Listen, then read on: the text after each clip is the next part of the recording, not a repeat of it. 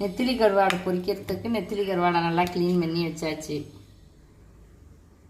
மிளகாய்த்தூள் 1 ஸ்பூன், மஞ்சள் தூள், கொஞ்சமாக உப்பு போட்டுக்கலாம். கழுவுனதில் உப்பு போயிடுச்சு, அதனால் கொஞ்சமாக உப்பு போட்டுக்கணும். கொஞ்சம் உப்பு. இது கிரேவியும் செய்யலாம். அந்த கருவாடு நல்லாயிருக்கும், வாசனையாக இருக்கும். இதை பொரித்து பாட்டிலில் வச்சுக்கிட்டா குழந்த பிறந்தவங்க கூட 2 சாப்பிட்டுக்கிட்டே இருந்தால் குழந்தைக்கு பால் ஊறும் நல்லா.